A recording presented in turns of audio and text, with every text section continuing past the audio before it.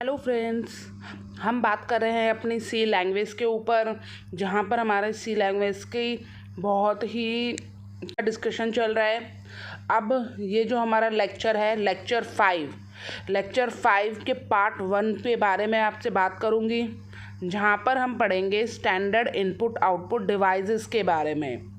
और सी लैंग्वेज में हमारे इनपुट आउटपुट इंस्ट्रक्शंस क्या होते हैं, इस लेक्चर में हम जानेंगे। मैंने आपको keyboard standard input output devices कौन कौन से हैं, जैसे कीबोर्ड है, कीबोर्ड एक इनपुट डिवाइस है, ठीक है। वैसे तो वो हमारे पास कई इनपुट आउटपुट डिवाइस होते हैं, लेकिन जो हमारे स्टैंडर्ड इनपुट आउटपुट डिवाइस हैं वो हैं हमारे कीबोर्ड एंड मॉनिटर।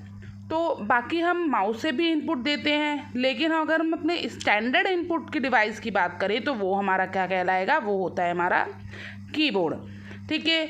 अब जो हमारा आउटपुट डिवाइस है, सेम ऐसे ही जो हमारा आउटपुट डिवाइस है, वैसे तो हम अपने स्पीकर से साउंड की फॉर्म में आउटपुट लेते हैं, लेकिन जो हमारा स्टैंडर्ड आउटपुट डिवाइस है दैट इज़ मॉनिटर, ठीक है।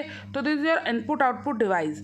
सबसे पहले हम जानेंगे कि हमारे आउटपुट इंस्ट्रक्शंस क्या होते हैं। मतलब इंस्ट्रक्शन मतलब कि ऐसा स्टेटमेंट हम अपने प्रोग्राम में लिखेंगे जिसके चलने पर स्क्रीन पर मॉनिटर पे कोई आउटपुट प्रिंट होगा।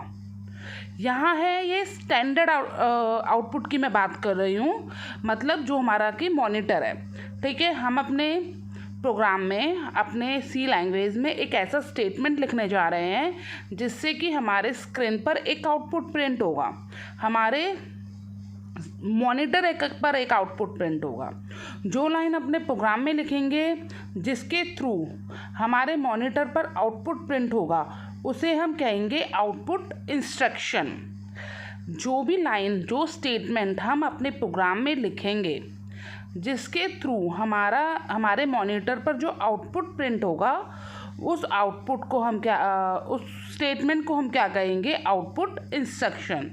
जिसके लिए हम पढ़ने वाले हैं प्रीडिफाइंड फंक्शंस कौन कौन से होते हैं, दैट इज़ हमारा प्रिंटएफ, ठीक है। अब हम प्रिंटएफ के बारे में जानेंगे। तो सबसे पहले कि जो ये प्रिंटएफ है, printf is not a keyword. Printf हमारा कोई कीवर्ड नहीं है, और printf is a predefined function. Printf हमारा एक प्रीडिफाइंड फंक्शन है। जब हम फंक्शन में पढ़ेंगे, फंक्शन का चैप्टर पढ़ेंगे, तब हम वहाँ पर इसके बारे में डीपली बात करेंगे कि फंक्शन होते क्या हैं। बिकॉज उसके लिए फंक्शंस को समझने के लिए आपको एक बेसिक फंडामेंटल को समझना पड़ेगा, तभी आपको फंक्शन का सारा कंसेप्ट क्लियर होगा। बस यहाँ पर सिर्फ मैं इतना ही कहूँगी कि ये सिर्फ एक कोड है जिसे हमने प्रोग्राम में नाम दे दिया है फंक्शन का, ठीक है।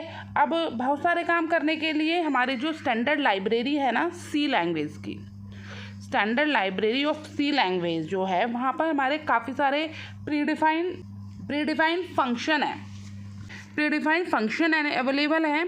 हम इन फंक्शन को यूज़ कर सकते हैं। वो फंक्शन क्या है, बेसिकली एक प्रीडिफाइंड कोड है जो कोई ऑपरेशन परफॉर्म करेगा। जैसे प्रिंटएफ है, एक प्रीडिफाइन है जिसका क्या काम है कि जो भी मैसेज, कोई भी मैसेज को प्रिंट कराना।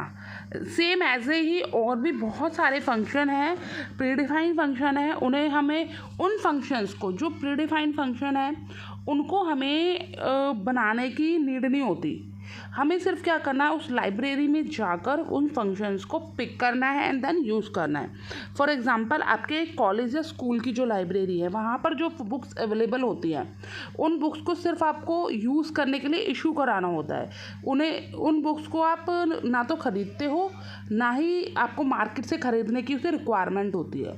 अगर आपकी स्कूल की लाइब्रेरी या कॉलेज की लाइब्रेरी में आपके पास वो बुक्स हैं, तो वहाँ से वो बुक्स लेते हो और उसे रीड करते हो। सेम ऐसे ही हमारे सी लैंग्वेज की भी एक लाइब्रेरी है, जहाँ पर बहुत सारे प्रीडिफाइंड फंक्शंस रखे हुए हैं। उन फंक्शंस को हमें सिर्फ क्या करना है, अपने प्रोग्राम में यूज़ करना है। हर एक फंक्शन का अपना अलग काम है।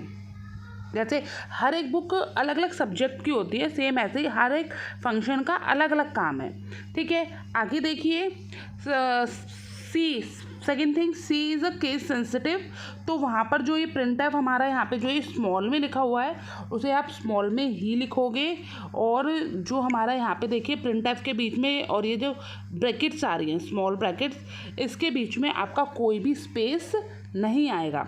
ठीक है, स्मॉल में लिखे जाएंगे, स्मॉल अल्फ़ाबेट में लिखे जाएंगे, प्लस में कोई भी स्पेस यहाँ पर नहीं आएगा, अदरवाइज कंपाइलर आपको एरर शो कर देगा। ठीक है, अब देखिए, अब जो हमारे मेन 2 टाइप्स ऑफ मैसेजेस हैं वो है printing text as it is. अब क्या करता है कि प्रिंट एफ से हम कोई भी टेक्स्ट अपने स्क्रीन पर प्रिंट करा सकते हैं और साथ में कोई भी वैल्यू या फिर कोई एक्सप्रेस वेरिएबल को भी हम अपना प्रिंट करा सकते हैं। अब देखेंगे किस तरीके से प्रिंट कराते हैं। देखिए, मैं आपको एक छोटा सा एग्जांपल देती हूँ कोडिंग का। एक प्रोग्राम बनाते हैं हम जहाँ पे हम सिंपल अपना मैं नेम प्रिंट करूँगी, दीपिका जैन। ठीक है, चलिए करते हैं। देखिए, यहाँ पर मैं अपने वो एक सिंपल नेम प्रिंट कराने जा रही हूँ, दीपिका जैन। किस तरीके से करेंगे आप इसको देखिएगा। सबसे पहले मैं यहाँ से फाइल में जाकर न्यू ओपन कर लेती हूँ कोई। देखिए, यहाँ पे मैंने एक न्यू ओपन कर लिया। यहाँ पर अब मैं क्या लिखूँगी, मैं एक प्रोग्राम लिखने वाली हूँ, छोटा सा बनाएंगे हम, ज़्यादा बड़ा नहीं बनाएंगे। हम लिखने जा रही हूँ हैश इंक्लूड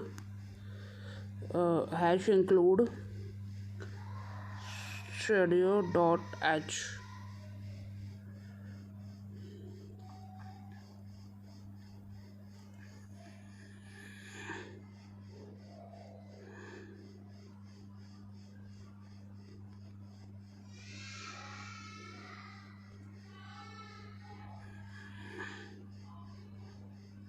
वॉइड, देखो प्रिंट एफ के अंदर डबल कोट में मैं जो भी लिखूंगी वो मेरा क्या होगा, स्क्रीन पर प्रिंट हो जाएगा। दीपिका जैन मैं यहाँ पे लिख देती हूँ।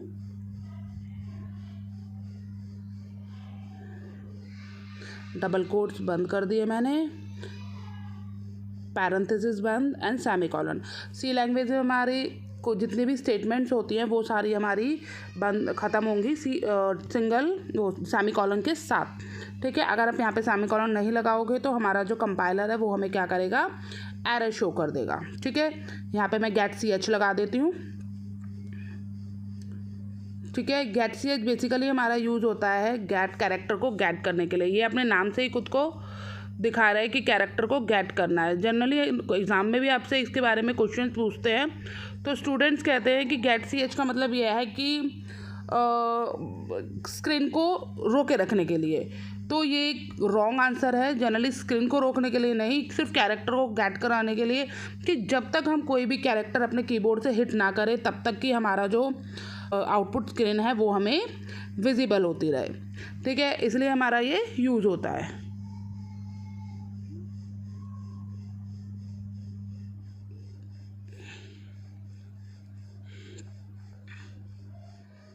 देखिए, ये मेरा एक छोटा सा मैंने यहाँ पे प्रोग्राम बनाया है। इस प्रोग्राम को मैं यहाँ पे कंपाइल करा रही हूँ। देखिए, प्रेस एनी की, अब मैं यहाँ पे इसको रन करा दूँगी। ये देखिए, मेरा जो मैंने यहाँ पे प्रिंट में जो मैंने दिया था प्रिंट एफ में दीपिका जैन, वो मेरा यहाँ पे शो हो रहा है।